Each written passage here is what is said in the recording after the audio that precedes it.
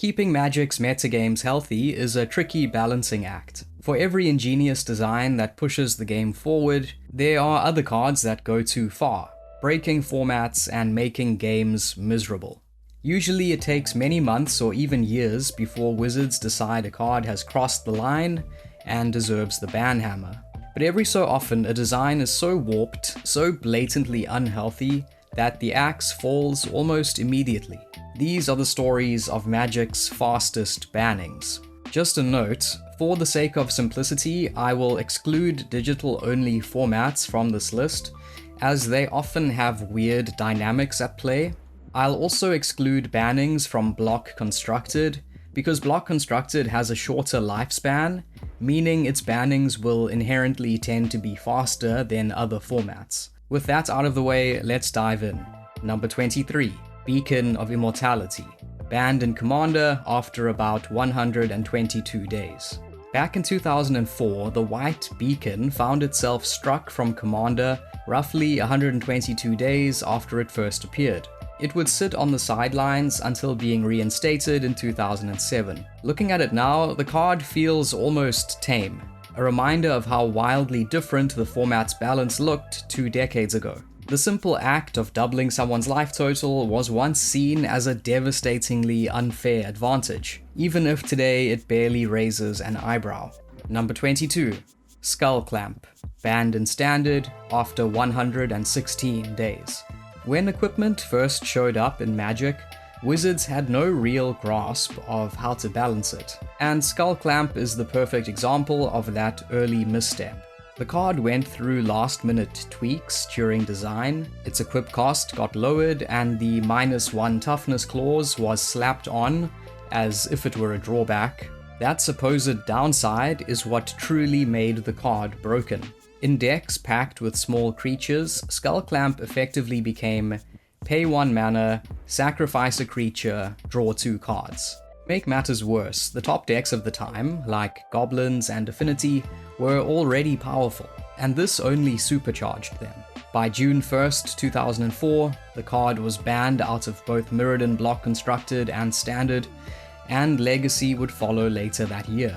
Honestly, it's wild that the hammer didn't come down even sooner. Number 21, Treasure Cruise and Dig Through Time, banned in Modern after 115 days.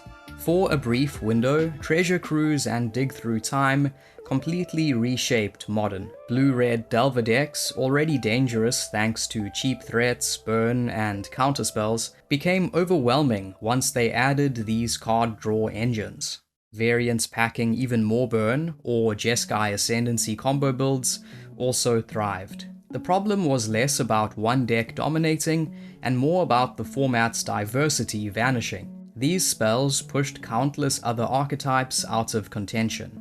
Wizards eventually stepped in, recognizing that the two cards functioned as near interchangeable pieces, and so both Cruise and Dig Through Time were banned together, ending one of the most lopsided stretches in Modern's history. Number 20, Mental Misstep, banned in Legacy after 111 days, and appeared on Modern's initial ban list after 94 days. When Mental Misstep arrived in New Phyrexia, Wizards underestimated just how much damage Phyrexian mana could do, and how strong this card's effect was. Misstep hit a staggering portion of the game's staples, discard spells, removal, ramp, and cantrips alike.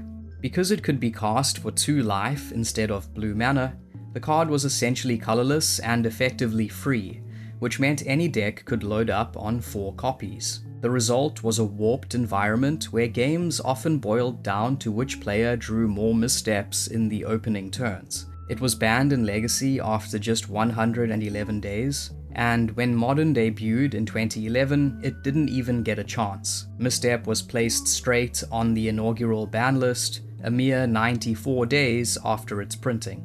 Number 19, Rampaging Ferocidon, banned in Standard after 108 days.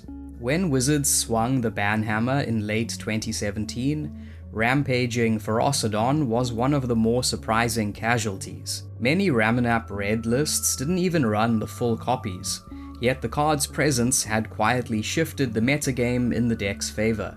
Ferocidon shut down the classic anti-red strategies of flooding the board with tokens or padding life totals. The dinosaur had originally been printed as a safety valve against the Felidar Guardian combo, but with that combo gone, its effect was simply collateral damage against fair decks trying to survive the burn onslaught. Paired with the banning of Ramanap Ruins, the removal of Ferocidon was meant not to erase red aggro entirely, but to restore counterplay and prevent matchups from becoming one-sided races.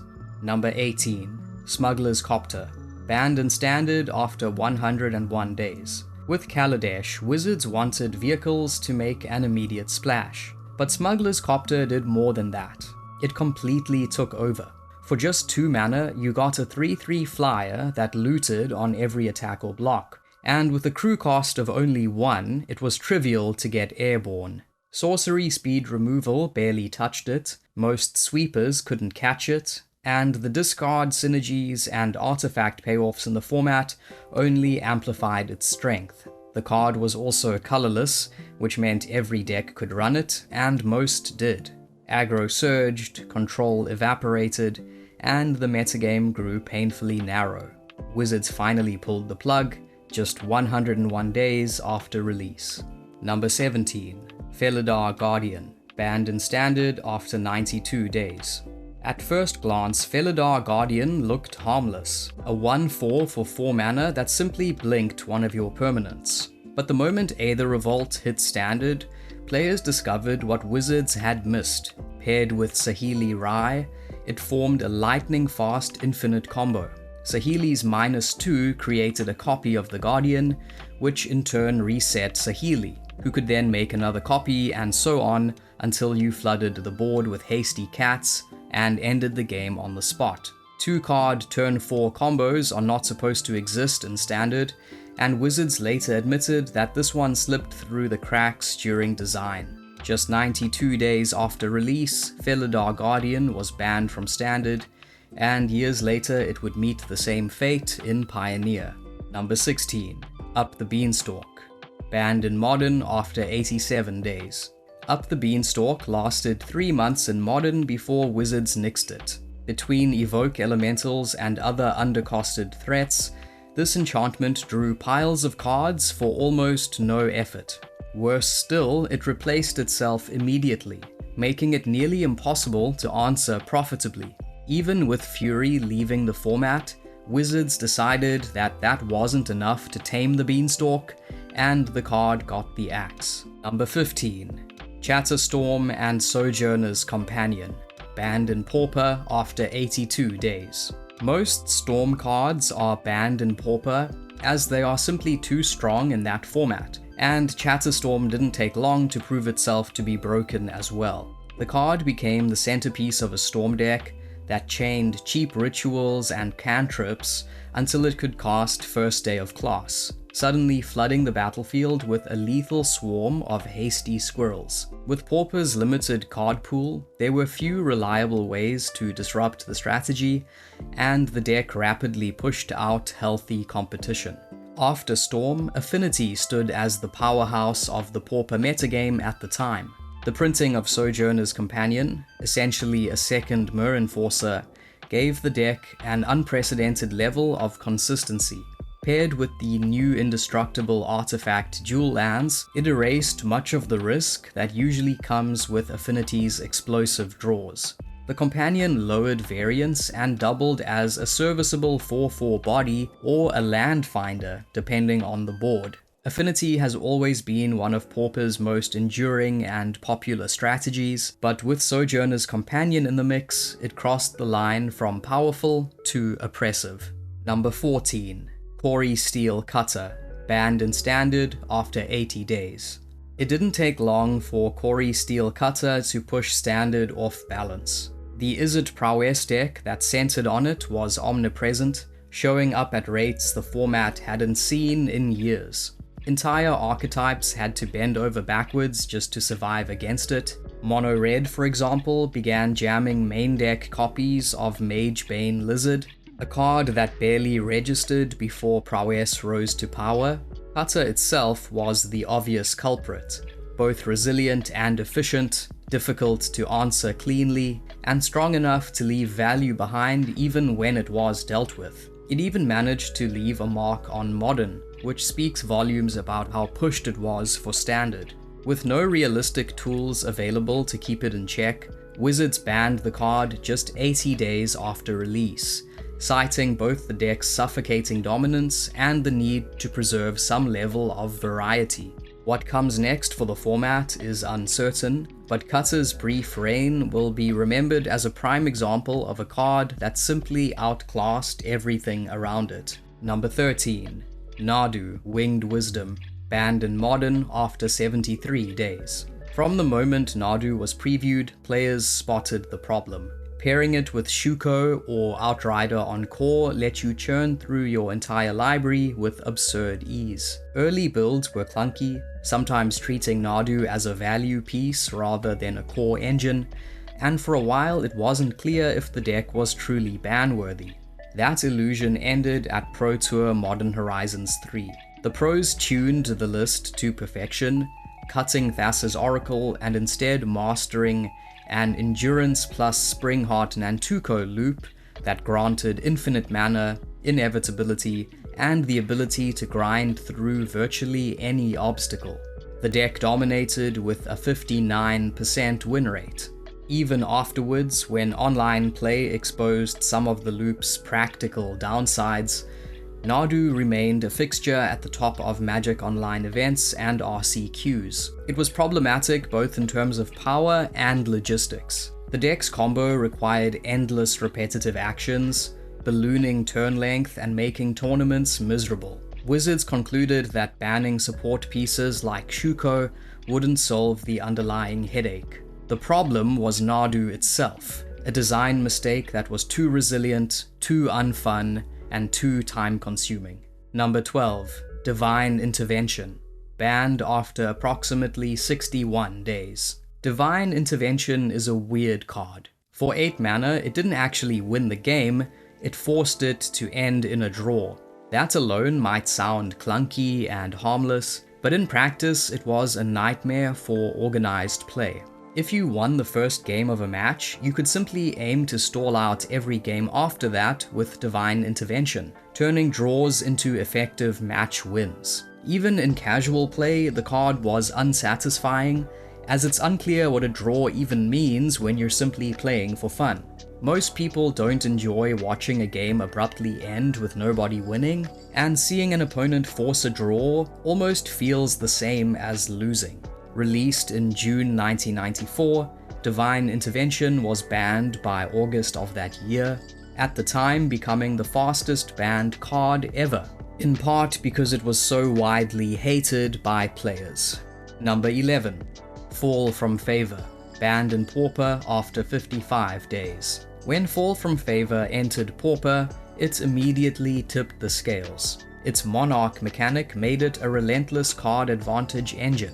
The result was a format where aggressive decks, normally a check against slower blue strategies, were shoved to the margins, unable to keep pace once the crown came down early. Games quickly centered not around varied lines of play, but around who could seize and hold the Monarch before the opponent had a chance to fight back. To restore room for aggro decks and reduce the crown's outsized role in shaping matches, Wizards banned Fall from Favor just 55 days after its arrival. Number 10. Griselbrand, banned in Commander after 53 days. Banning Griselbrand in Commander was about as straightforward as it gets. From the start, it was obvious that stapling lifelink onto Yawgmoth's Bargain was asking for trouble. And unlike an enchantment such as Necropotence, Griselbrand was a creature, which meant he was easier to cheat into play and far easier to recur. The result was a steady stream of degenerate game states, where one player simply buried the table under an avalanche of cards. After just 53 days, the Commander Rules Committee had seen enough, and Griselbrand was gone. Number 9. Tolarian Academy, Windfall, and Stroke of Genius, banned in Standard after 50 days. Urza's Saga has a reputation for being the most broken set in Magic's history, And this infamous trio, Tolarian Academy, Windfall, and Stroke of Genius, shows why. Academy tapped for blue mana equal to the number of artifacts you controlled. Windfall reset both players' hands, but always in your favor. And Stroke of Genius gave you a clean way to weaponize the absurd amounts of mana the deck generated. Together, they formed the backbone of the dreaded Academy combo deck. Thanks to fast mana and tutors, the combo assembled with frightening consistency, often going off before the opponent had a chance to play meaningful magic. The dominance of Academy combo marked the beginning of the so-called combo winter, a period when broken Urza's block cards suffocated every format. Less than 2 months after release, Wizards dropped the hammer. Even after these bannings, combo winter was far from over, but this was the first and most infamous sign of the storm. Number 8. Oko Thief of Crowns and Once Upon a Time, banned in Standard after 45 days.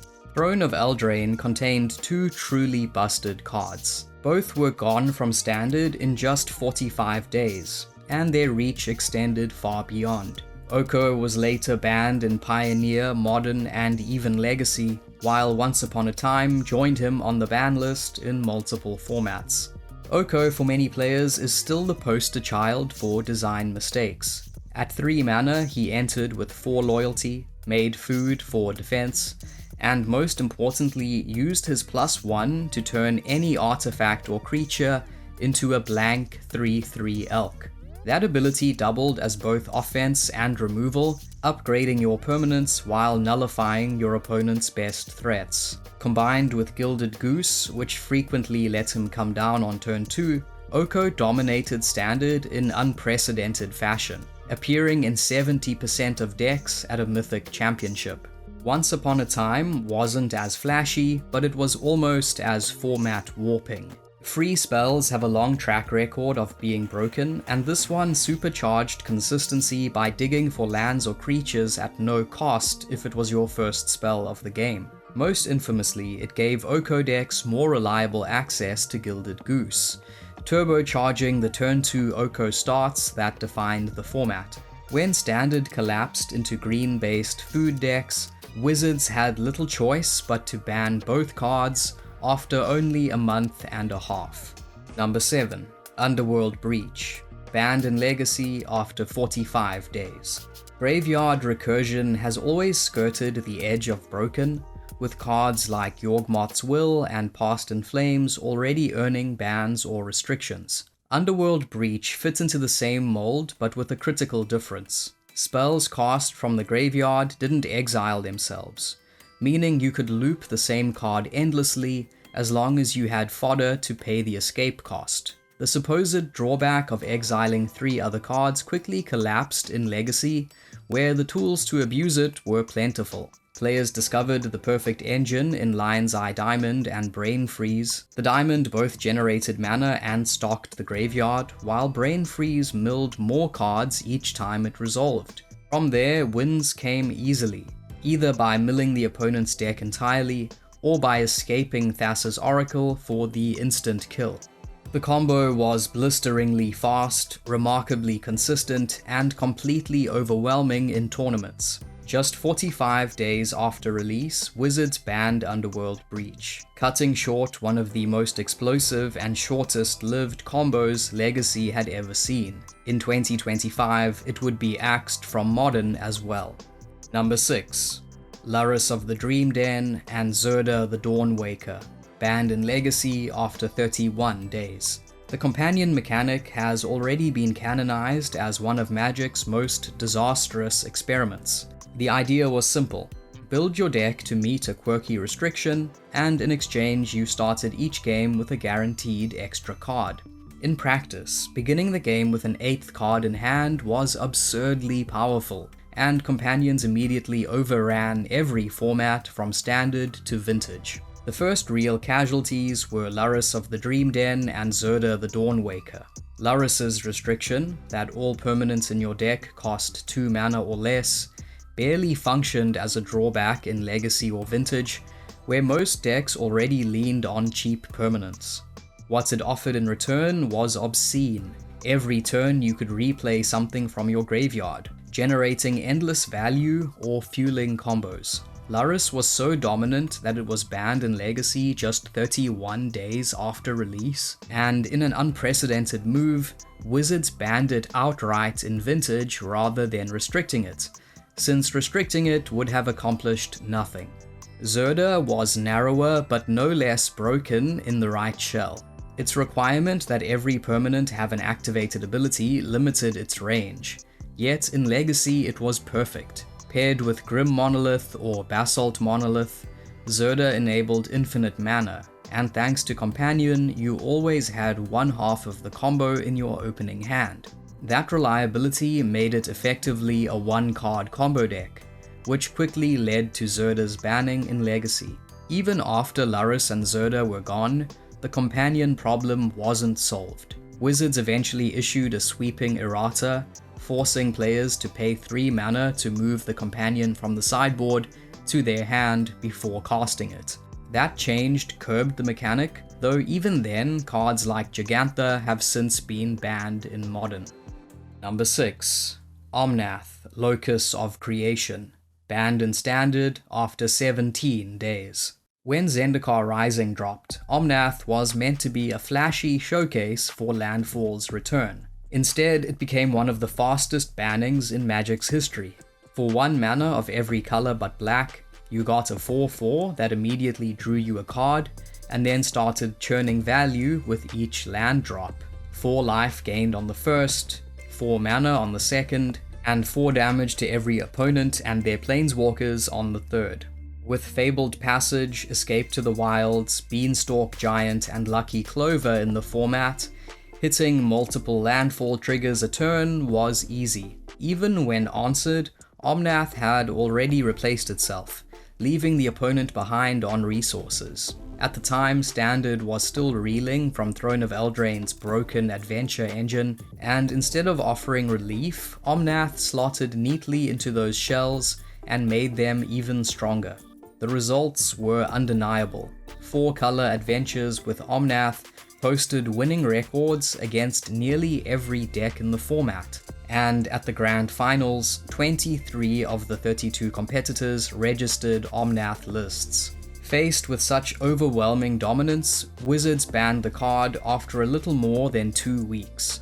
Number 5. Memory Jar, banned in Standard after 14 days. By the end of Combo Winter, players were desperate for stability. Wizards had already banned a slew of Urza's Block cards in an attempt to stop combo decks from suffocating Standard. Then Urza's Legacy arrived with Memory Jar, and the nightmare began again. This 5-mana artifact let both players exile their hands and draw 7 new cards, returning the old cards at the end of the turn. That effect proved to be devastating. A combo deck could spin into a fresh hand and chain multiple jars in a single turn thanks to fast mana and tutors. Pair it with Megrim and the combo could kill opponents fast. Number 4. Tibalt's Trickery, banned in Modern after 10 days. Tibalt's Trickery was pitched as a chaotic red twist on a counterspell, something like the spellcasting equivalent of Chaos Warp. For 2 mana, it countered a spell and then replaced it with something random from the top of your library. Cute in theory, but the fatal oversight was that Trickery didn't say counter target spell an opponent controls. That meant you could counter your own cheap cards and upgrade them into something enormous for free. Modern players immediately broke it wide open. With cascade spells like Violent Outburst, you could build a deck so that Cascade always found Trickery. Trickery would then counter the Outburst, flipping you into a random card, which in practice usually meant Emrakul or some other giant threat that the deck was designed to hit. Occasionally you'd fizzle by hitting another Trickery, but more often you were attacking with an Eldrazi Titan on turn 2 or 3.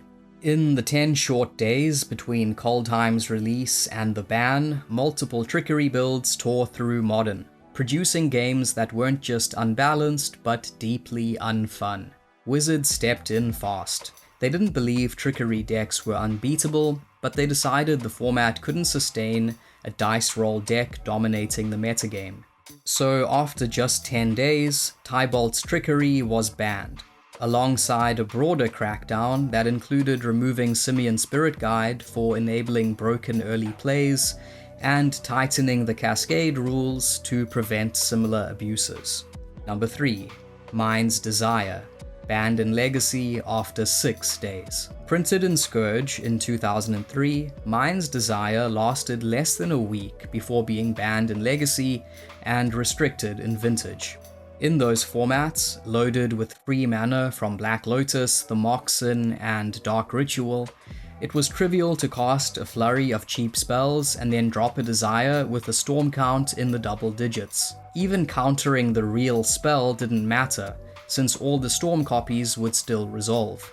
That level of inevitability and consistency was so degenerate that Wizards acted almost immediately, issuing bans before the card even had time to carve out a metagame. It would remain on the Legacy ban list for a full 20 years. Number 2. Cranial Ram, preemptively banned in Pauper 1 week before release. Cranial Ram never saw Pauper play. Before Modern Horizons 3 even came out, Wizards preemptively banned it, citing its resemblance to 2 cards already deemed too strong for the format: Cranial Plating and All That Glitters. Ram looked to be more of the same, only this time with the added upside of Living Weapon, meaning it entered as a body rather than a dead tempo play.